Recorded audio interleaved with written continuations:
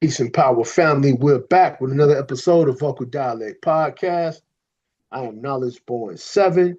I'm here tonight with my brother, Kenwato Moore, partner in crime, also with the Street Law Soldiers, the General, Tashaka Street Law Soldier, as well as my other brother of the Street Law Soldiers, Brother Gerald Moore.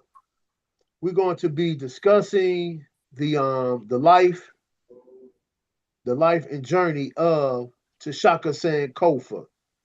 It is an honor and a pleasure for Tashaka Sankofa to explain to us and show us about his journey and how he came to be where he is now. I met him through Kenwato Moore, and been a solid brother ever since I met him. And we did a lot of conferences together. He's a very very powerful speaker, and he speaks from truth to power, and he does not hide anything when he speaks, and he gives a strong truth about anything that's presented to us, especially in the media.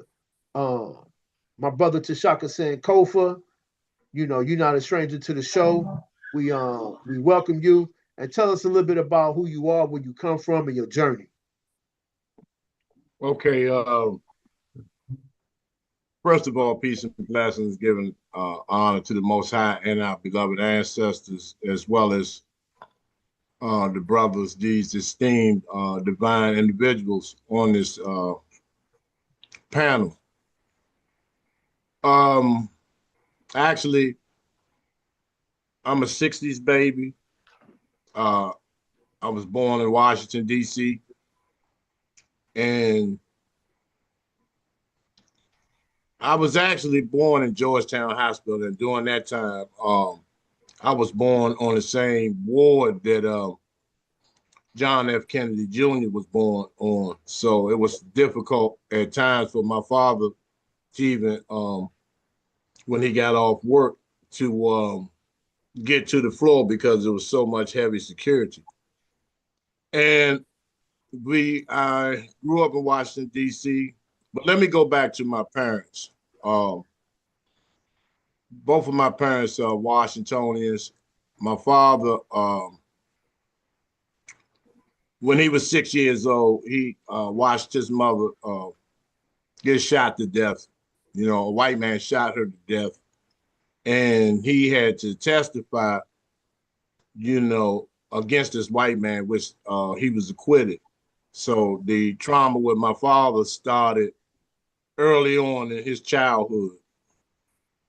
My mother never knew her father, and her mother died at the same age when she was around 6 or 7. So my mother's grandparents raised her, and my father was raised by his older sister, and um,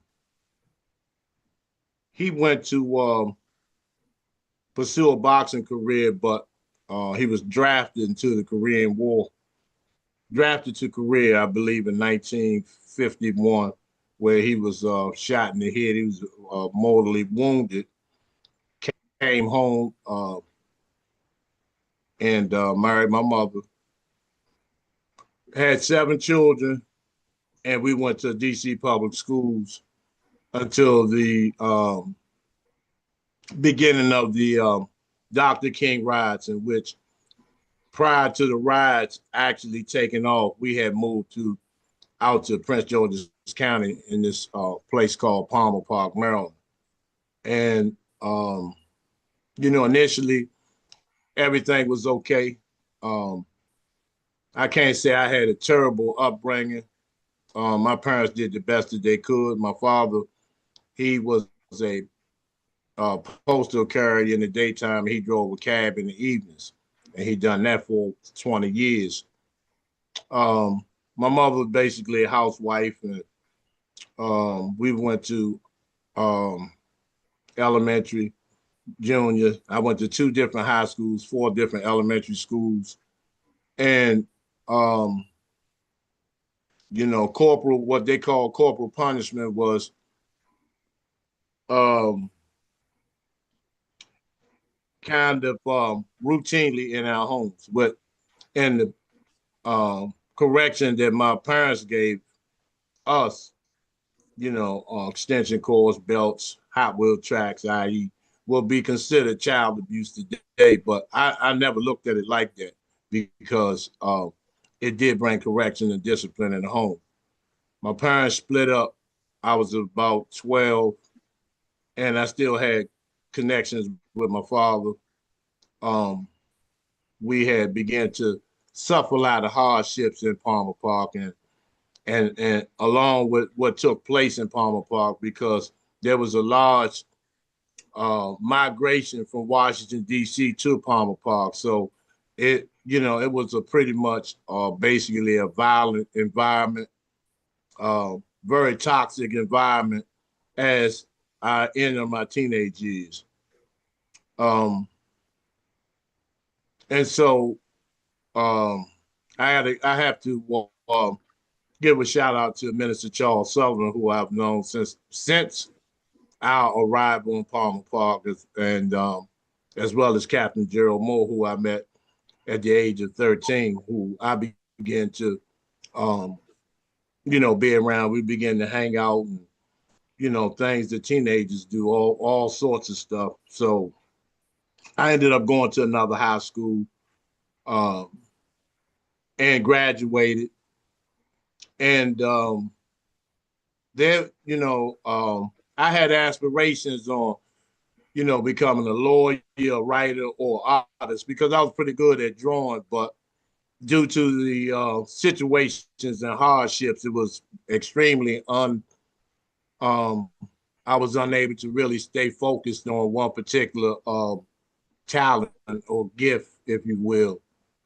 Um, Nevertheless, after high school, um, I saw no future. I began to be out in the streets and, through peer pressure and wanting to be accepted and wanting to fit in, I saw myself heading for trouble and danger. So I enlisted in the U.S. Army. And I stayed there. I did a 3-year stint there, came home. Um, I went for this be all you can be, but it was the total opposite when I came home. So situations were even worse. A lot of people that I went to school with, um, a lot of them were unalived, and there was so much crime going on. Everything was crime written in that Palmer Park, Landover area. And I became attracted to street life. I would pick up a job here and there, making $2 or $3 an hour, but it just wasn't significant enough because, excuse me, I was attracted to the street life. The brothers, that dressed real fly and, had all the women that had nice vehicles and things like that. And I just couldn't see myself acquiring those things at a $80 a week job washing dishes at a restaurant. So I decided that I wanted in, and pretty much it was the beginning of the end temporarily.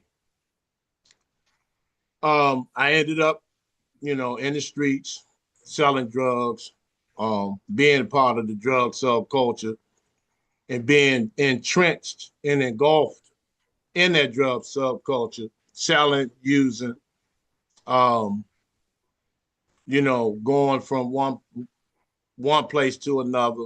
Um, and I ended up start having my first run-ins with the criminal justice system. Um, I got a pat on the wrist several times until the system was tired of seeing me, and they sent me away. As a total of 3 different prison tours, it totaled about 14 years. And in between those times, I still went back doing the same thing. I always came up with a better idea, what I thought was a better idea to be a more successful nothing. And all else failed. And I never believed in probation. Um, I always thought once you let me out, I'm not reporting. I'm not doing none of that. I was captured several times. Even one time I was out in Columbia, Maryland, and went to the CVS and saw a wanted poster of myself and a reward, and I just knew, I couldn't figure out how my life had took such a turn. But I learned so much inside those walls. It was a time for me to actually tap into myself. I didn't run around. I didn't get caught up in a lot of the isms and schisms and negative behaviors. Um, a lot of the older brothers, a lot of the lifers, a lot of the brothers that were more serious and more grounded, I followed them, you know, and I was educated, self-educated in prison. And so um, I used to go to these groups that were in these prisons. So, and let me just say, I've been in several institutions. Um, and I say that because I don't want anybody to think that, that's some type of badge of honor. That's just a sign of stupidity. That's a sign of self-hatred. Um, it's a sign of negativity. It's a sign of being a coward and not being man enough to stand in society and deal with the ills and stand up and be a man and just deal with whatever comes down the pipe. So in no way am I glorifying any of that. So, doing these self-help groups and doing a lot of reading and writing and research, I wanted to be, one of those teachers. I wanted to be a counselor. And I thought that I felt that I had something to offer. Once I finally was released, um, I ended up um, on my mother's couch with a pair of shower shoes, a state issue sweatsuit, and a skull cap and some paperwork. That's all I had to my name.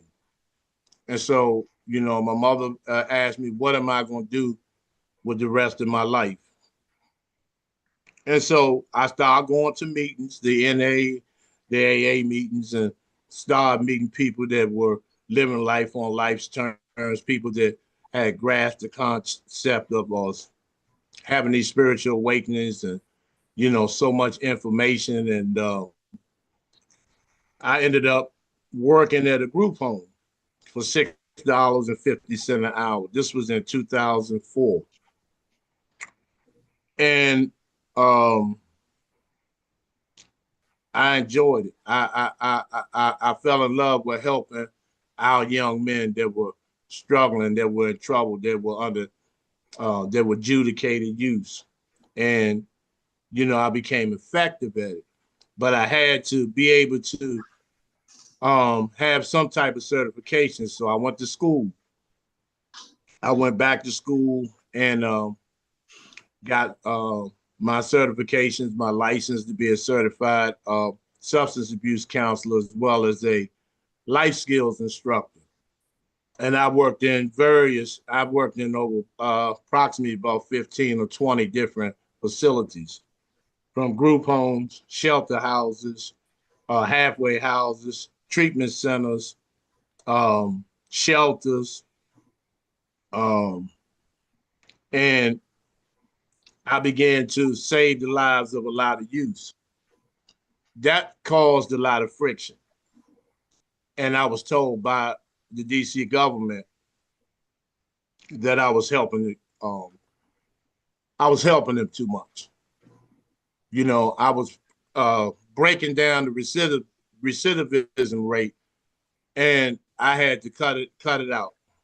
I had to just feed them and do the basic necessities, give them the basic necessities so they can go back out, commit more crimes, and come back in so everybody can get a check.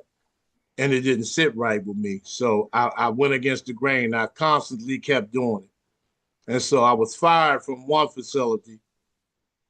I went to another facility, became a house manager, and I started working in halfway houses, working with adults, dealing with substance abuse, dealing with adults that were parole violators, and this was their last chance, at this 90-day stint in these programs, these therapeutic communities, or else they would go back and finish long prison sentences. So um, I saw this thing on the board for in one of the youth houses.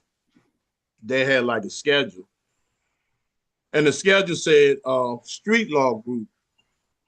So they were supposed to come once a week, Thursday to be exact. And I kept saying, where, these street law groups, where are they at? And they never showed up. So after about a year, when the children were running around and running amok, they didn't have any structure. So I started a group, and I just started calling it street law.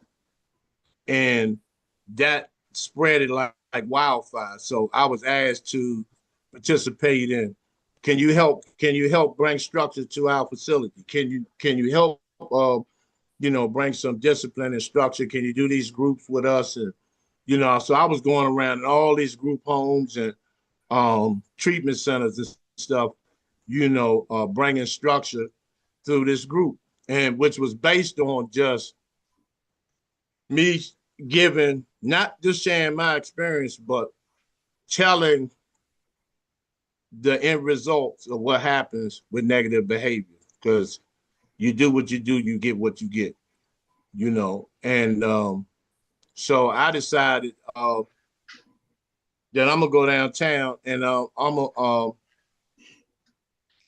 get this nonprofit. I'm gonna become legal. I already had all my credentials. Now I need the program to be legal.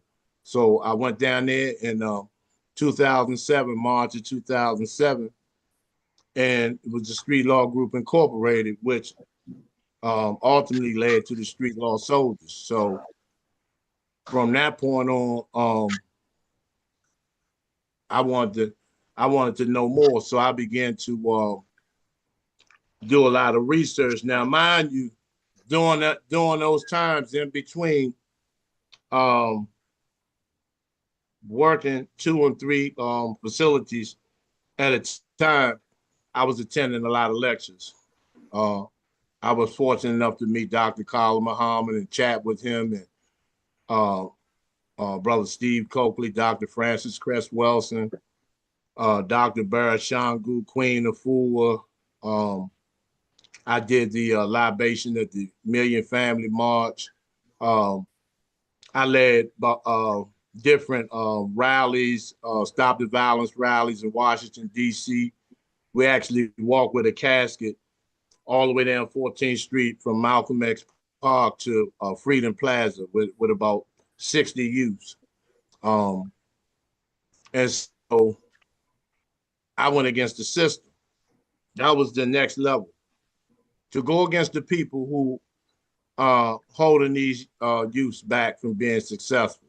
So I started attending DC council meetings.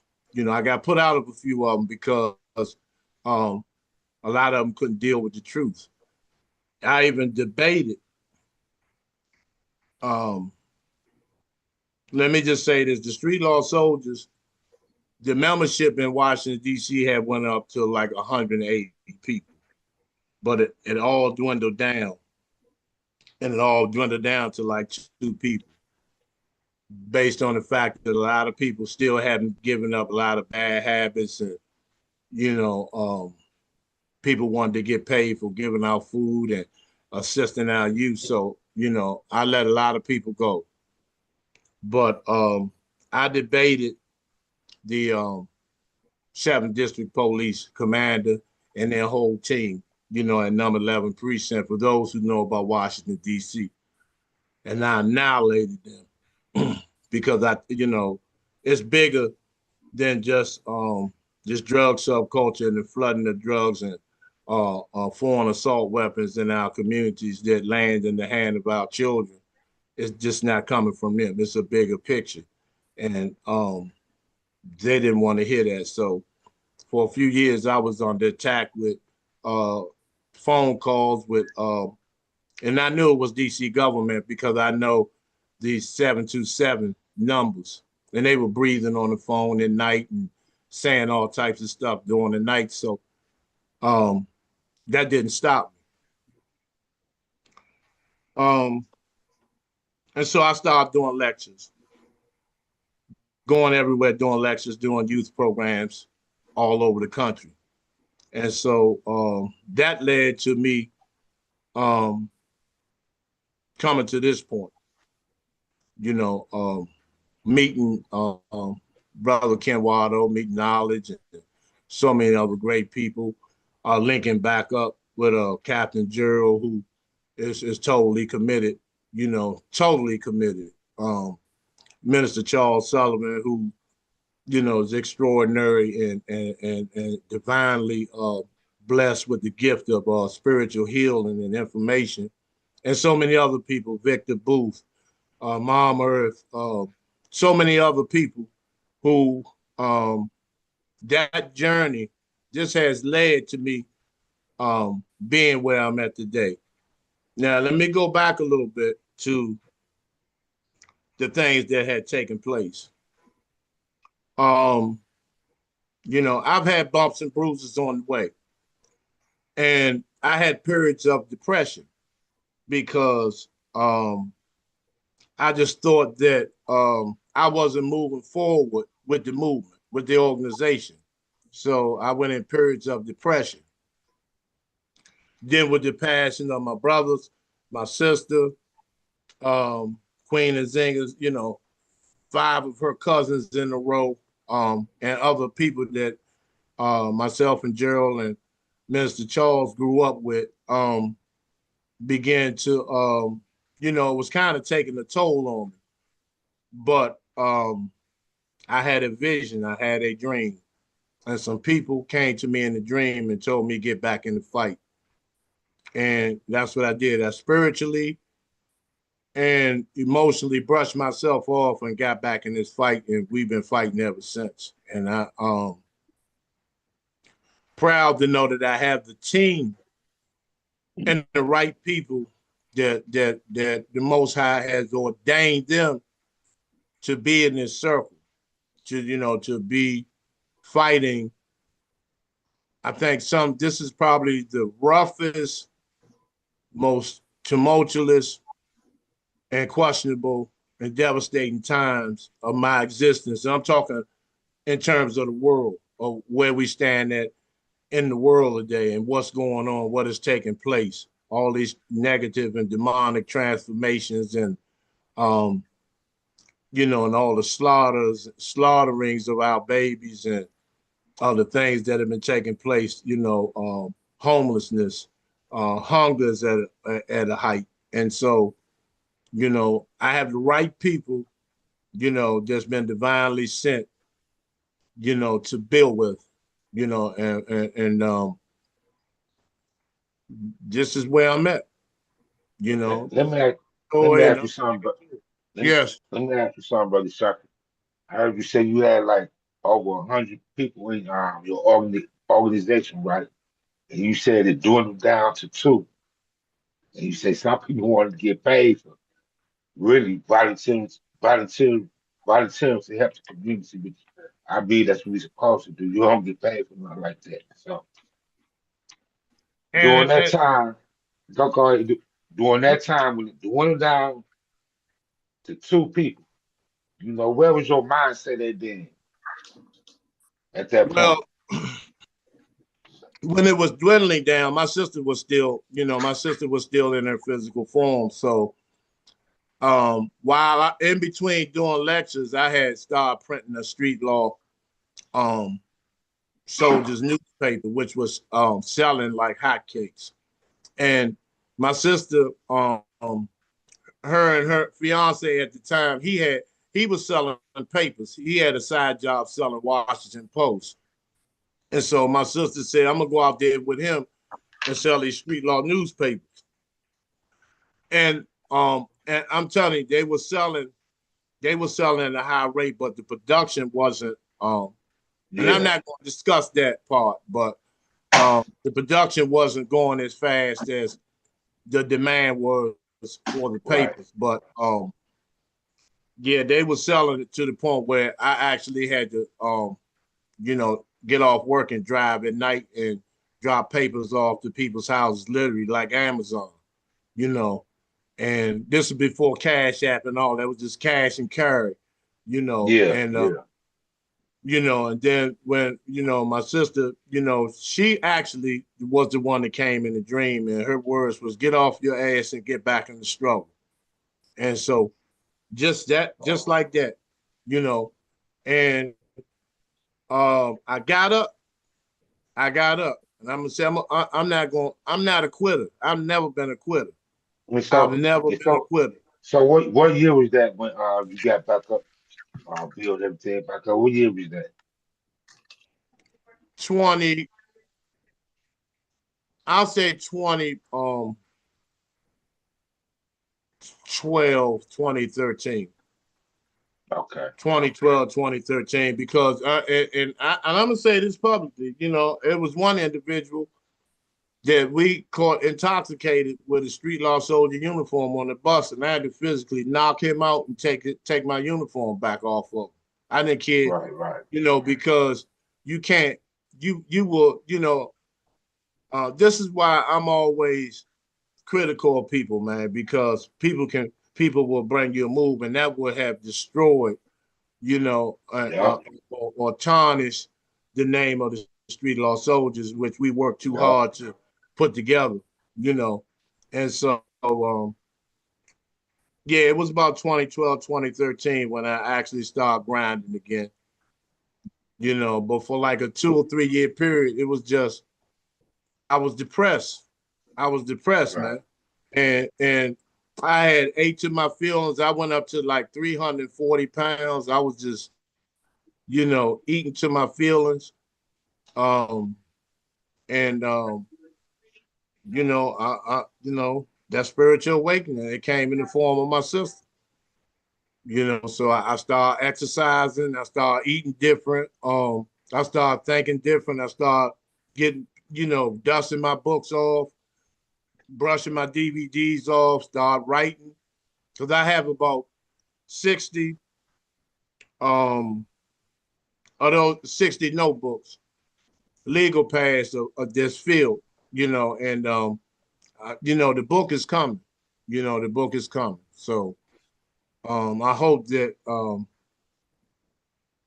I answered the question. So anybody have any questions, or anybody in the chat or whatever, feel free to Hey, Shaka, let me chime in a little bit on the question. I don't want this. I don't want you to feel like I'm interrogating you either. No, but we've been brothers for a long period of time, and I know what time. When was it that you came home from the service? 81. I left Okay, yeah, 81. the end of Right, 81, but I left like the beginning of 79. right. Because I had my incident take place Yeah, so it was 2 years around that prior to time. that. It was around that time. Right, It was around right. that time because that scared me. Right. So what I was pondering was the fact that when you said you came home and you started seeing you seen all the carnage that was about, and the crime, as you said, that rippled through our communities. What made you get intrigued with those ones that just because they was dressed flamboyantly and ostentatiously that you got infatuated with that? Um, because of I think the peer pressure, which and the respect that they had, the reputations that they had, and when you're dealing with low self-esteem and low self-worth, and then you're trying to find your way to manhood, through those particular avenues, man, and because everything that I saw in the streets, I thought constituted manhood, you know, but it was Right. just being misled and been, you know, you had to be a G. You had to hold it down. You had to dress nice. You had to be able to bang this pistol, and you had to be able to get these women. You got to be able to hang out. You got to push this particular whip and all of this type, all of these illusions, man, that can, you know, had partially demented my soul, you know, when I look back on it in hindsight. So, you know, those that's what it was. That's what it was, you know. And so when you on the field, you don't really, you're unable to see it. But when you in, you got a better, you can see the whole field when you in the bleachers, you know. And that's why I say these you know, these mistakes, and that's why I understand what a lot of times what the youths are going, fatherless homes, and their mothers out here taking the child support checks and stuff, tricking and going to the club and twerking. And you know, and they have to find manhood. The 15-year-old has to find manhood with other 15-year-olds, and it's based on what they watch on TV and what they see in the community. So, and that when was I looked at, go ahead, I'm sorry. Jerry. No, you good. You good. My next question is that the fact that, as you said, we had this camaraderie when we was coming up. We had a fellowship in amongst us. Did you know what actually brought all us together as young fellas? Because it was a large group of us that you didn't mention. A large group of us that ran together. Can you tell the audience and the people the viewers that's listening, and for the kids' sake, what brought us all together, if you can remember? Well, from my understanding, we didn't have guidance. We didn't have fatherhood. We didn't have that discipline. So we actually, you know, and we talking about 13 and 14, that we had to actually look at one another and watch each other's behavior to see if that constituted manhood. We talking about children. And actually we were ahead of our time, because we were building apartments. We were building apartments in basements of apartment buildings, and laundry in the back of laundry rooms called clubhouses, you know, just in case, because a lot of us didn't have nowhere to go. A lot of us were runaways from Boys Village, Shell, you know, Cedar Knoll and all that. So, you know, that was a place of refuge. You know what I'm saying? But the fathers that were missing in the communities, man. And so we had to figure it out for ourselves, you know, and our best thinking got us in trouble. I'm glad you hit that on the nose. Us not having fathers, mentors, people that gave us direction, especially men. Yeah, nobody came and said, you know, Gerald shot, you know, this, don't do this, man. You know, don't do this. This was going to lead to this. My father used to always say, trouble's easy to get into and hard to get out of. Hard head make a soft ass, you know. And you know, those cliches I never took seriously. I never took seriously, because, you know, we always think we're going to be the one that's going to escape the wrath, the judicial wrath, the street wrath. You know what I'm saying? And at some point, it all, you know, like I used to tell people in the adult treatment centers, everybody has a bill in the mail.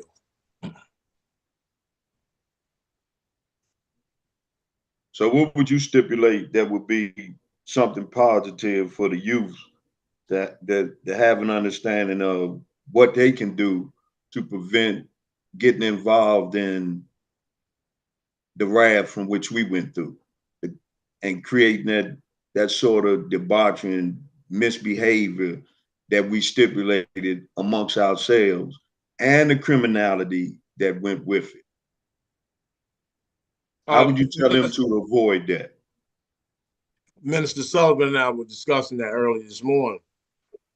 We need to be more hands-on with our youth, because, see, the media pushes the narrative and agenda to try to for the Black community to disown and disband our youth, because they take a handful of youth that are caught up in the vices, of this self-hatred and this gun violence and this so-called Black on Black crime, and they make it appear that all youths are like that. This is the narrative that they push. So you always hear a lot of older people say, oh, these young people, this and that. But when we were young, it was older people saying that about us too. You know what I'm saying? And we need to be more hands-on. We need to create centers, to teach them. You'd be surprised how some of our young people that want to be singers, that want to be orators, that want to, they have so many different gifts, and their dreams have been temporarily shattered, by poverty, by miseducation, man, by all levels of abuse. And so, we have to really be hands-on. My concern is I take the worst one. I need to see the worst one. I need to see the ringleader. I need to see the one, because that's the one that's hurting the most. That's the one that's traumatized the most. That's the one that's been abused the most, because he displays the most rage. He displays the most hatred towards his reflections in the community. So we have to have a fearless approach into, embracing them. A lot of our young people and the women, and the young girls too, man. We need women to show them, because the Zinga and so many others, Mom Earth and them teach these, they be teaching these young girls, how to, when they get on their cycle, how to clean themselves and, and to dress properly, and to have poise. Don't walk like you're advertising yourself. Our boys need to learn.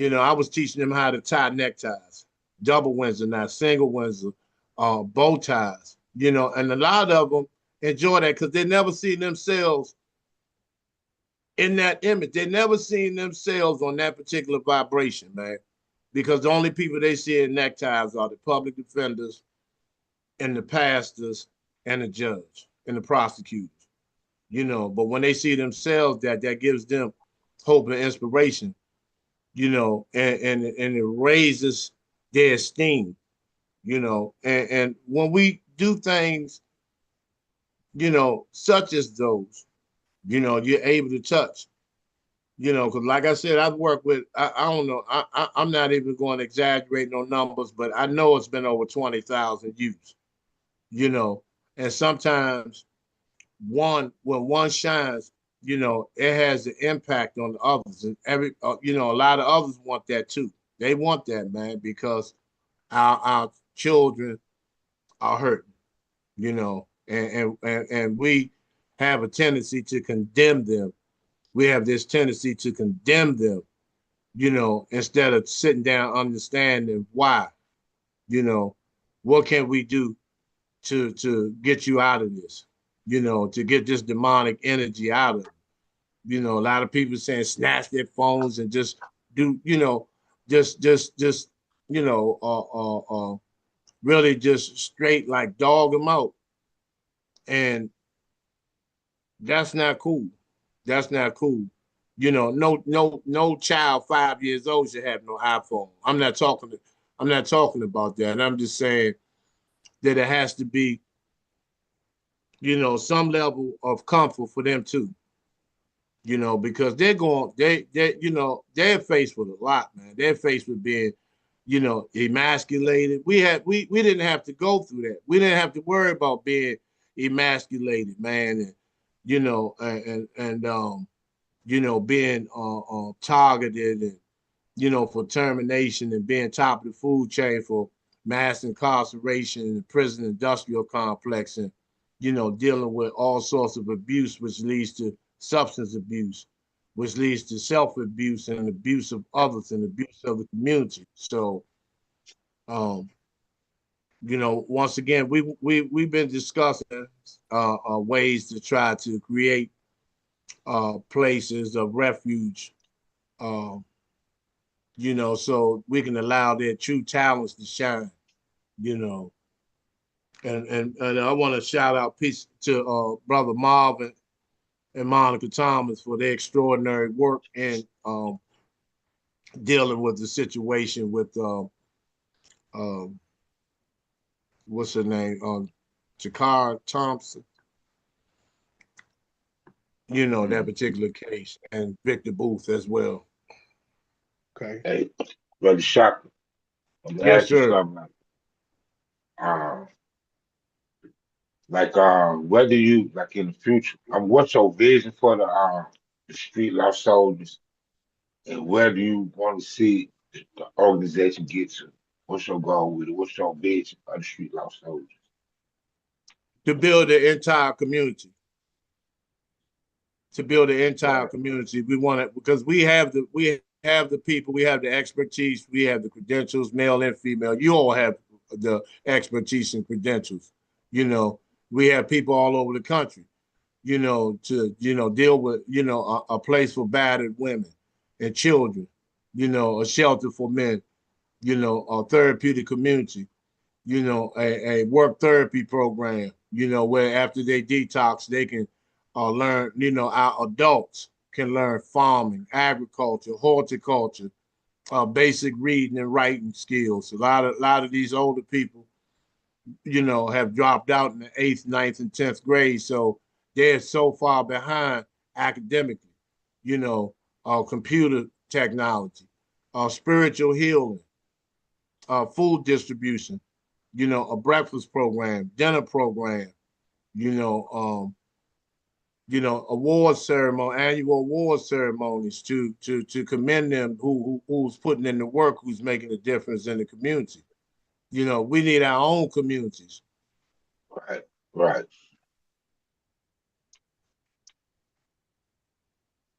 because we're focused on what's been done to us instead of what we need to do for us.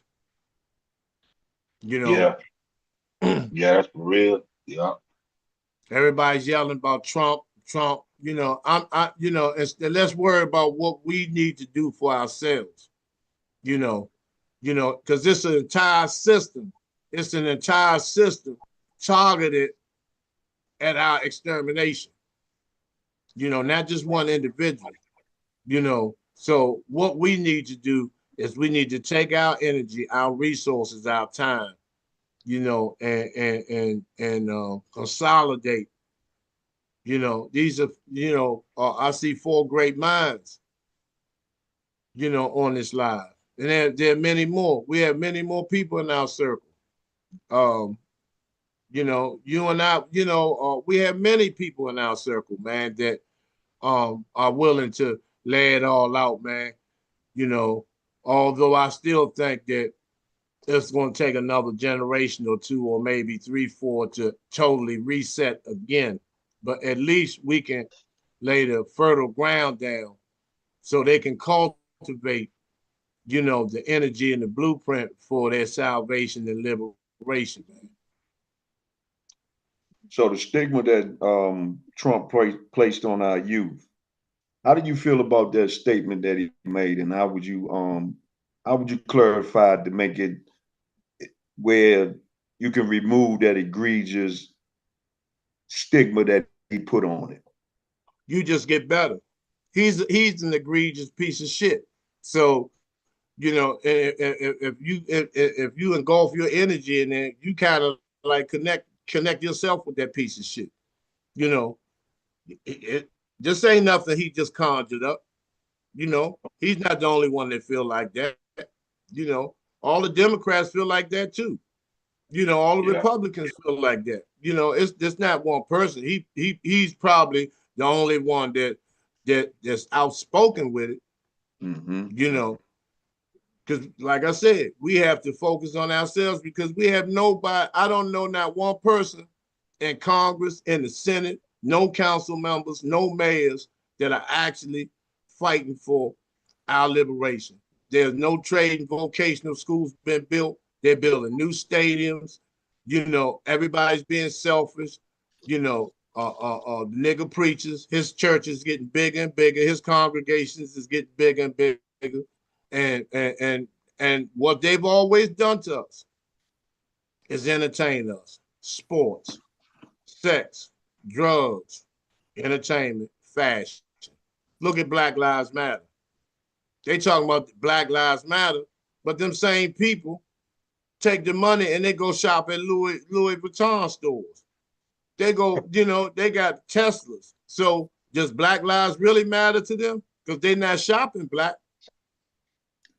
So when you mention the churches, were you ever engulfed or had a particular piety that you religiously followed that caused you to have the feeling about the children and yourself the way you do now? Did it play any role at all? What, far as religion? Yeah. I was a devout, what they call devout Christian. I was in Sunni Muslim. I was in the Nation of Islam. I was in Moor Science, and I'm not putting nothing down, because whatever works for a person, if it works for them, it works for them. More power to them. Got you. But it was difficult for me to yell up and pray to somebody that looks like my oppressor for some help. The oppressor that looks like the one that I'm praying to help put me in this position. Now I take responsibility for everything that I've done in my life. I claim no victimization energy whatsoever. But I'm saying that every encounter that I've had with people that were not black were not good.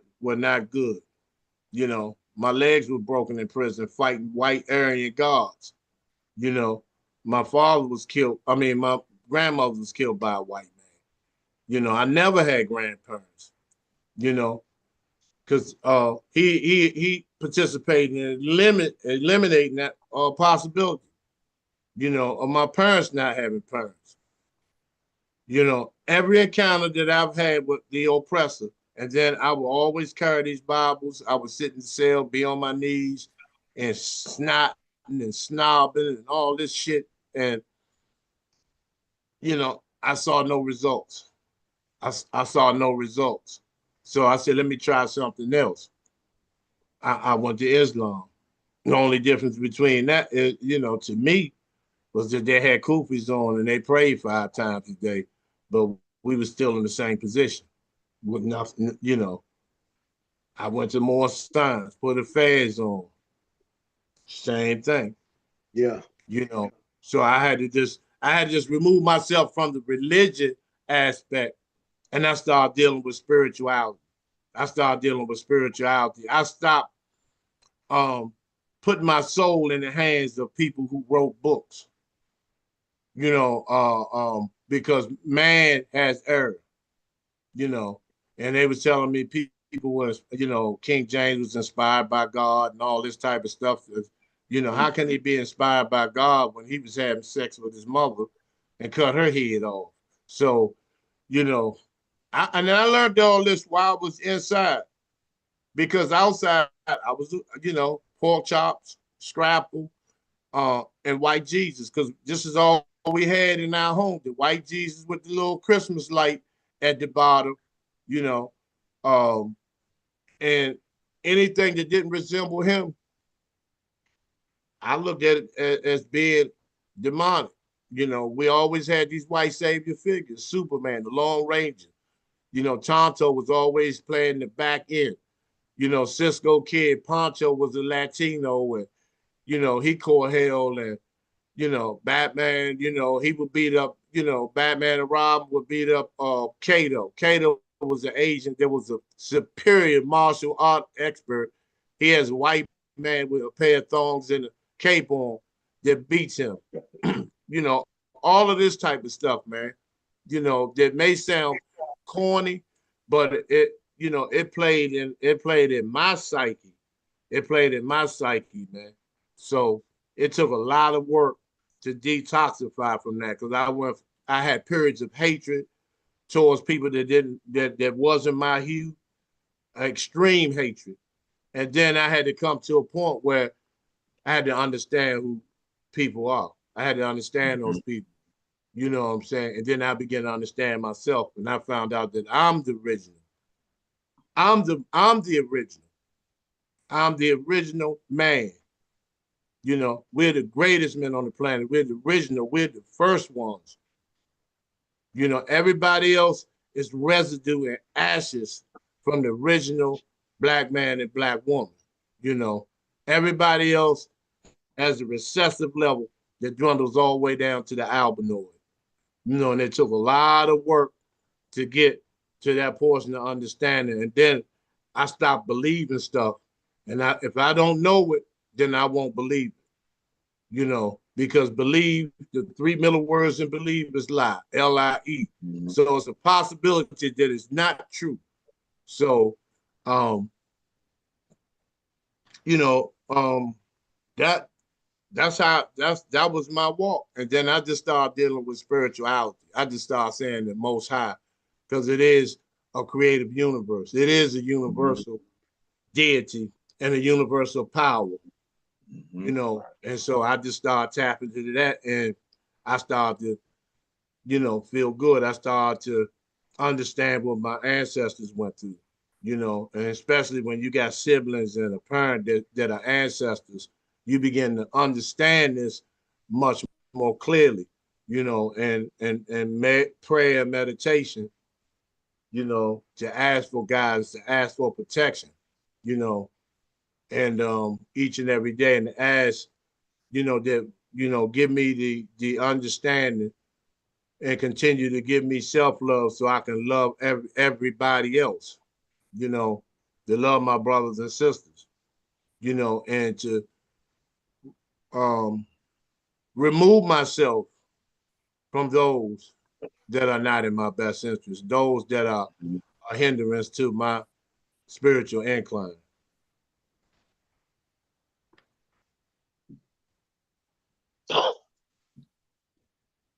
You want to ask some knowledge? Huh? You want to ask questions? Because I can keep going now. No, I was gonna say, you know, I know he still has, you know, the voice in the fight, you know, for justice. You know, even though they tried to silence you, you know, with bars and poison, you know, you stood to the truth, broke through the wall, and you pierced that mind, that mental consciousness. That's the hardest thing to do, is pierce the mental mind and the consciousness, you know. And once you pierce that, they begin to fear you because you woke now. You know what I'm saying? And by you standing tall and teaching others and bringing people with you as you rise, that's a symbol of the mighty falcon. You know, in ancient times, he would call Shimsu Haru. And not just that, you know, you show that you can keep knowledge, and knowledge enters the black man's mind intuitively. Knowledge enters our mind intuitively because of the God conscious. People, you know, say a lot of things about us, but we are more overcomers than anything. You know, dealing with all of this infestations of lies and changing history, changing facts, and taking our information that you said, that you learned from the ancient ones, regurgitating it and feeding it back to us. I know, you know, I know, and you know, you're gonna still resist injustice. You're gonna still educate, and you're not gonna bow down to this foolishness. You know, we are all soldiers of truth, and you are a soldier of truth as well. And our spirit's gonna march, you know, and all these young people lives. I get a lot of young people that hit me up, you know, and say stuff to me, you know, Ken's a witness, people inbox me all the time. But that's just me triggering them And what we're doing is we are challenging them in a way where we'll say something. They may think it's outlandish, but when they go home and think about it, and they get into their quiet space and they settle their minds, they be like, "Wow, he really said something." I remember the first time I gave my opening mantra of who I am. You know, I go into knowledge born seven, yada yada. You guys heard me say that speech before, and when I say that speech, I done said this at a few places, but the first time I ever said it, a young brother waited till the whole event was over. He stayed, talked to everyone. He said before he got in the car, he wanted to speak with me, and he wrote down my mantra because he said when I was speaking it, he felt it, and that's what they're going to continue to do with us as well as with you, Shaka. When you speak, they're going to feel it. They don't come back because we say outlandish things. They come back because deep down inside they feel it and they know it's the truth. When I say the judge sits on the bench and bench means Latin and bank, when I say the judge sits on a bench and bench means Latin and bank, that's going to challenge you to go look up the word Latin. I mean, look up the word bench in Latin. Does he or she really sits on the bank? Is the judge really collecting money for the queen? These are the things that we say. We say things like that, and people be like, "Oh, it's one of them people. It's one of them." But then you go home and research it, then you inboxing us, or when you see us, you letting us know, like, "Wow, you telling the truth." You know what I'm saying? Does the queen own a certain amount of birth certificates? Does she has does the Vatican has a lot of information in the basement? All that has to do is dealing with transformation. And what you did was you could have stayed one way and your legacy would have been your legacy. But you transformed your legacy. Not only you transformed it from your past, you didn't even worry about the past. You focus on the now. You may have thought about the future, but you moved towards the future. Transfer your legacy, especially to where you are now, is a great thing. Many men are not going to come in and deal with the conscious mind. Many men are going to sit down and wait on someone. Then they move. All four of us, we moved on our own, and then we end up coming together. I met Ken doing a situation, a good situation in the park, and that's how we meet, man, and that's how we grow, you know, and that's how we move as a unit, and we have to continue to do that. This is our legacy.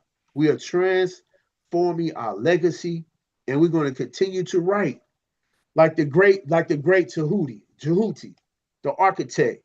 He's articulate mind, articulate thought, articulate speech. He's also a writer. We are the architects, and we're going to continue to do this. And man, we got your back. We're gonna do it with you. You get what I'm saying? And we do need more business incubators as far as us as a people, what you just spoke about. And I know that's one of your goals, and you're gonna get that goal. We are definitely moving towards it. You know, I was shocked. You know, you want to do your journey, whatever. You know, I was telling Ken, I thought people do that. You know, like as in their last days or whatever. But um, I felt like I'm glad we did do it because you had something to say, and the people need to hear it, and the youth need to hear it as well. Helping the youth is a big thing. I was a mentor. It's just a lot of work. I'm telling you that now. It's a lot of work We all because did. yeah, when their day is just messed up, they literally want you to come in there and revive them, man, and send them on the way. You know, that's you helping them with homework, or you staying positive, you keeping them encouraged, you're letting them know like, hey man, read this book, check it out, get your spirit up and get the conscience up, the conscious mind, because that's what's gonna keep you going. You build that conscious mind, you're gonna be good, you know. And that's pretty much. I don't really have no questions. I know a lot about you. Me and you have broke bread together. I broke bread with all of y'all. We have what I mean by breaking bread, we have had dinner together, conversations together, and stuff like that. So I know a lot about you. You know what I'm saying? And you've been around my family. I've been around your family. We have all had a great time together. Now, one time have we had a disagreement. Now we don't all disagree, but one thing I learned with this group right here, this core group that we have right here is we know how to disagree but be agreeable. But we know how to be respectful and be brothers. You get what I'm saying? And I tell people, you catch us in the public and the situation is wrong, I promise you, you better bet on other people because it ain't gonna be us. I guarantee you that one. I'm just telling you the truth. You know what I'm saying? We gonna Let me go I ahead. just want to say this. Two things, Niles. I appreciate that, man. I really do, from the bottom of my heart, man. All of y'all mean something to me. And I want to say this, to Brother Gerald, you know, during some of my lowest periods and lowest periods in my journey, man, that brother has always been there. Never, not once did he turn the other way. Not once did he ride past me. Not once didn't open his door. Even his mother's, bless her soul, bless that ancestor's soul, uh, closed the door. And that counts to me for a lot. That's why wherever we go, he's going. And especially next time, he might get his ass whooped. But and I want to tell these brothers and sisters too, because there are a lot of sisters that are incarcerated. When I came home, I had my family. The majority of them, made me feel less than. I was the only one, the only male that went to prison in the family. And so, and they let it be known. And they would always hold that over me. And, that I was less than. That I always felt that. And then I began to accept being less than. I began to accept that I couldn't achieve anything. And so, and I say this to these brothers out here that may be experiencing that or maybe getting ready to come home, because I shed a lot of tears, cried like a baby, and many a nights from,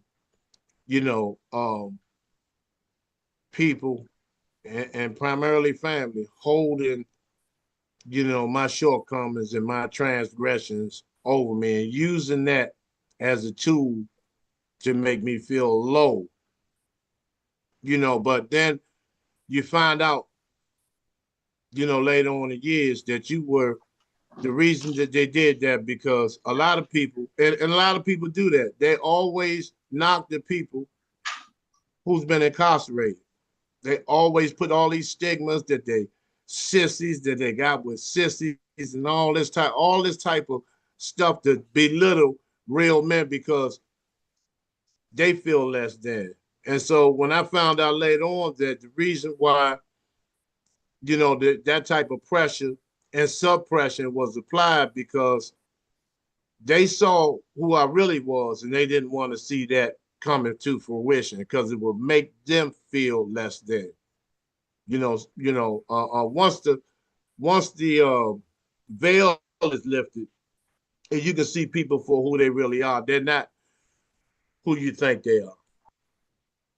And I just want to say that for those brothers that may be coming home and trying to find their way and struggling to find employment, don't give up.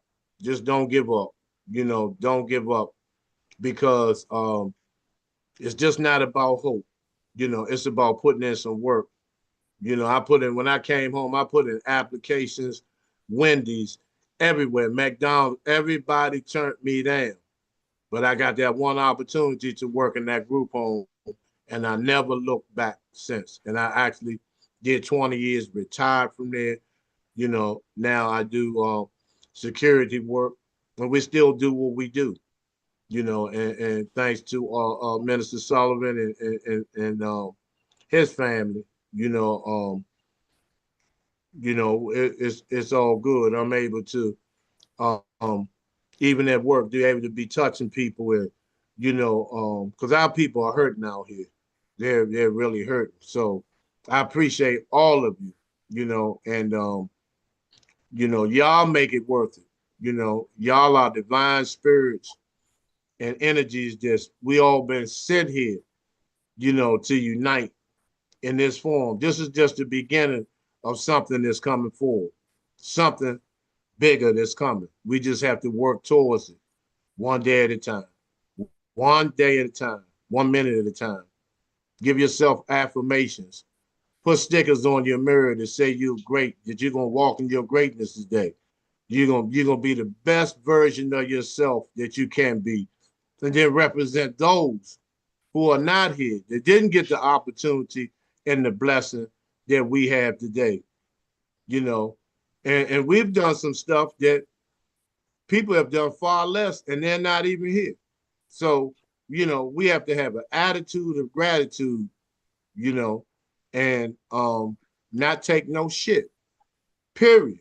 I'ma still cuss up. I'ma still bring fire on what I do. That's what I do. You know, and I'm not, you know, I'm not marching to nobody else's drum beat. You know, I know my journey. I know what I stand on. I know the audience that I reach. I know the ones that refuse to listen. You know, and it's all good. It's cool. You know, but Vocal Dialect is a powerful podcast with, you know, black gods on it. You know, and I take pride in that. You know, I'm honored to be here today among y'all. All right, before we end the show, you guys want to give your final remarks? Yeah. We love you, brother, man. It's straight up, man. You've been real ever since I met you. We met you in damn near 5 years. About 5 years. Yeah. In that long time, move, Yeah. move by fast. You know what I'm Yeah, time saying? moved by fast. You know, you too, brother Jerry. Both of y'all, brothers, y'all solid. You know what I'm saying? Solid. Straight up. Both of y'all, brothers. Gerald, your Guess cousin. we end.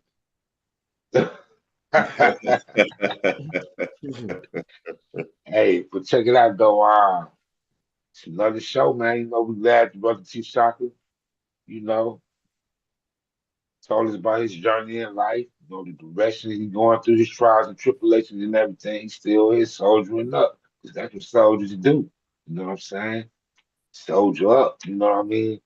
But saying that we go end it, so you know. Hey, for those of y'all, we on the road to 500 subscribers. So help us get 500 subscribers. And also, you can catch Vocal Dialect on TikTok, Instagram, as well as Facebook. And you can also follow the brother T Shaka Sankofa on Facebook as well. He come on in the evening times, you know, usually between 7:30 and 8:30 EST Eastern time. So tell me next time y'all go come on. You go come on T Um, Shaka Sankofa. Friday Night Live. Friday Night Live.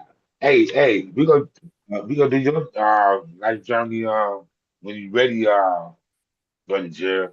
Both of Yes, y'all sir. brothers. I thought we did it before, but I'll do it again.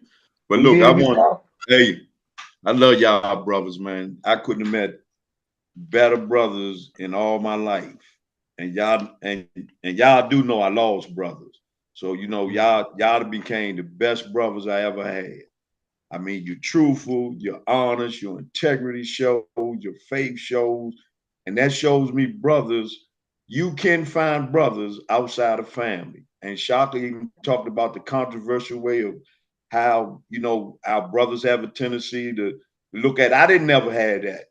My brothers, me and my brothers were close because I guess we had such a small family.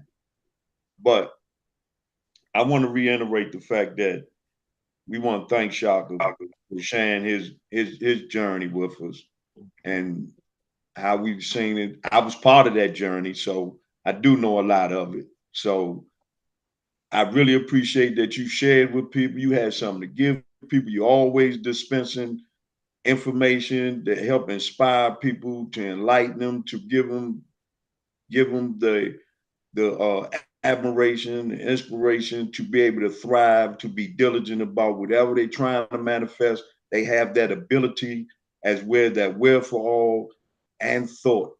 And the most important thing is you say, do your research, learn, be understanding. So when someone is sharing information with you, it's easier to digest.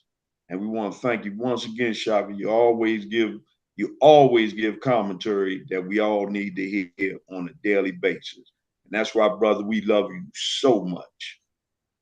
Appreciate that, brother. Appreciate it. I And want to once say, again, shout out to Minister Sullivan as well. Another shout out to that brother.